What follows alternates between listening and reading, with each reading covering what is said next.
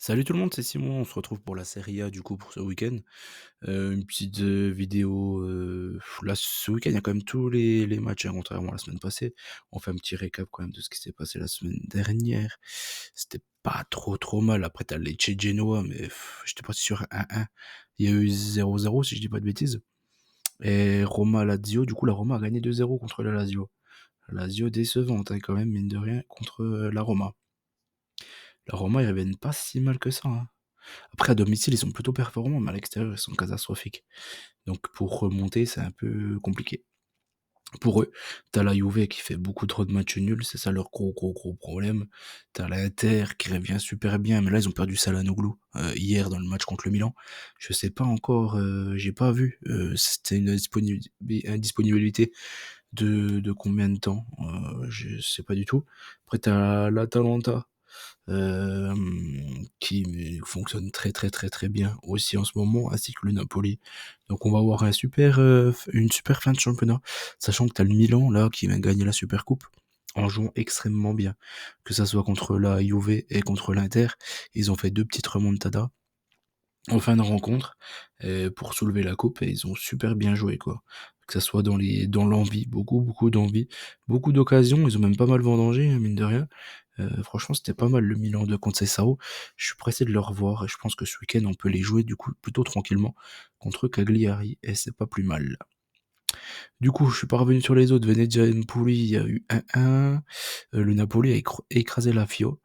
Le Hellas Udinese, il n'y a pas eu 1-1, il y a eu 0-0. Monza Cagliari, il y a eu pas de 1 mais 1-2. Et Torino, il n'y a pas eu 1-0 mais 0-0. Donc voilà, ce qu'il a été pour ce week-end.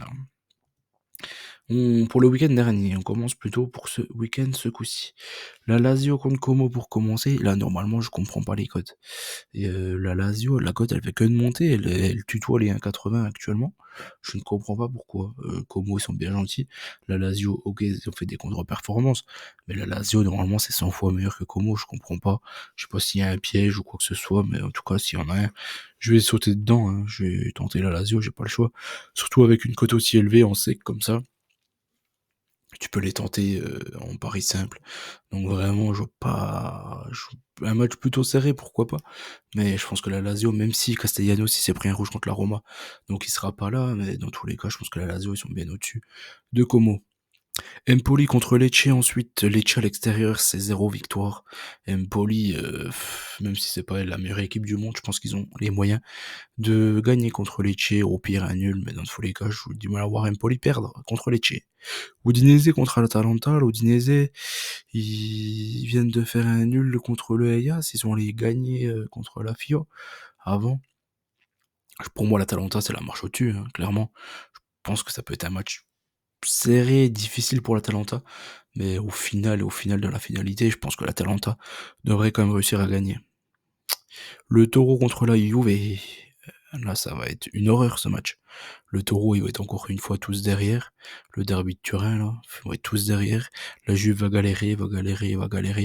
Mais je pense qu'ils vont quand même réussir à trouver le chemin défilé. Si tu mènes contre le Taureau, franchement, tu peux pas être trop inquiet, hein. J'ai du mal à voir la Juve se faire égaliser dans les dernières secondes, comme souvent et régulièrement ces derniers temps, contre cette équipe du Taureau qui n'a pas grand chose devant avec les blessures. Donc je pense que la Juve devrait s'imposer tranquillement contre le Taureau. Le Milan contre Cagliari, comme je l'ai dit pour moi, on va pouvoir commencer à refaire confiance au Milan, je pense. Ils m'ont montré de bonnes choses, j'ai envie de leur faire confiance pour ce week-end. Le Genoa contre Parme, match en bois. Une nouvelle fois, le Genoa reste sur un 0-0, Parme il reste sur un 0-0. Est-ce que je suis parti sur un 0-0? Non, je suis parti sur un petit avantage Genoa, quand même à domicile. Venezia contre l'Inter, comme je l'ai dit, sans Çalhanoğlu, hein, du coup, je sais pas la disponibilité. Logiquement, s'il est sorti comme ça en début de rencontre, il va pas pouvoir être aligné ce week-end, parce que comme là, il a blessure, elle a pas été... j'ai pas lu l'article ou quoi que ce soit par rapport à ça. Je sais pas, j'espère pour l'Inter que ce sera pas très long, parce que ça, c'est une absence qui peut être vraiment préjudiciable pour la fin de la saison pour l'Inter. Donc attention, quand même, à l'absence de Çalhanoğlu, qui est vraiment leur maillon essentiel au milieu de terrain avec Barella, quoi. Donc à voir. Mkhitaryan, je trouve c'est un peu en dessous de ces 2 joueurs-là, mais bon, c'est aussi un joueur très important dans le milieu de terrain, de l'Inter. Du coup, contre Venezia, là, je suis parti sur une victoire de l'Inter, franchement, j'ai pas un but de Thuram là-dedans. Bologne contre, la Roma. La Roma performante à la domicile, faible à l'extérieur. Bologne plutôt costaud quand même, mine de rien. Depuis un petit moment, même s'ils ont fait une grosse contre-perf contre le Hellas, j'ai du mal à les voir imaginer perdre 2 matchs de suite à domicile. Donc je pars sur un nul. Napoli contre le Hellas. Je pars sur le Napoli. Normalement, si tu joues le titre, t'es obligé de battre le Hellas.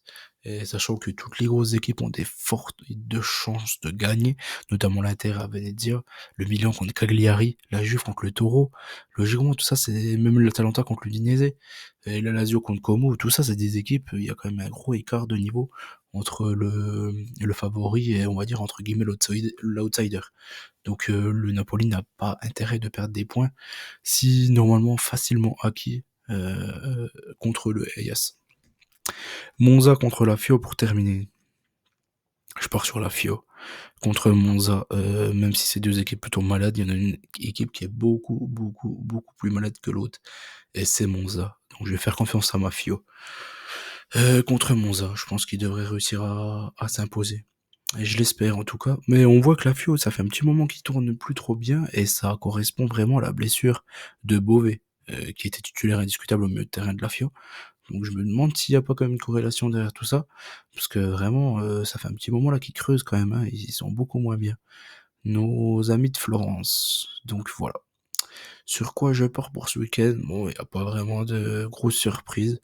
Peut-être, ouais, le nul entre Bologna et Roma, c'est même pas une surprise. J'ai du mal à avoir beaucoup de surprises. Au vu des cotes, la surprise, elle pourrait tomber du côté de la Lazio et de la Juve, je pense. Niveau Inter, Milan et Napoli, j'ai du mal à y croire. Vraiment, ces 3 équipes-là, j'ai du mal à avoir une douille derrière tout ça.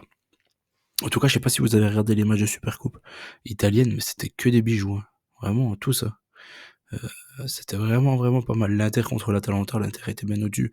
On a eu le droit à deux bangers de Dumfries, mais 2 buts magnifiques. Après, il y a eu quoi? Il y a eu la Juve contre le Milan. Le Juve menait, puis au final, ils se sont pris 2 buts en fin de rencontre par le Milan. Euh, voilà, le Milan qui a l'énergie et tout. Et du coup, là, la finale, le derby de Milan, hier, il était vraiment magnifique. Plein d'occasions, ça aurait pu tourner dans les 2 sens, clairement. Mais voilà, le Milan, à force de la vouloir, tout simplement, cette coupe, il y a une équipe qui avait plus envie que l'autre, clairement, donc c'est le Milan. Et c'est pas surprenant, en soi, qu'ils aient plus envie que l'Inter qui enchaîne les titres depuis un bon moment. Donc voilà. J'espère que vous avez pris votre pied. En tout cas, moi, j'ai bien kiffé les matchs de cette super coupe italienne. J'espère que la vidéo vous a plu. N'oubliez pas qu'on gagne, on perd ensemble. Je vous souhaite bonne chance à tous. Et je vous dis à très vite. N'oubliez pas les petits likes, s'il vous plaît. Allez, ciao tout le monde.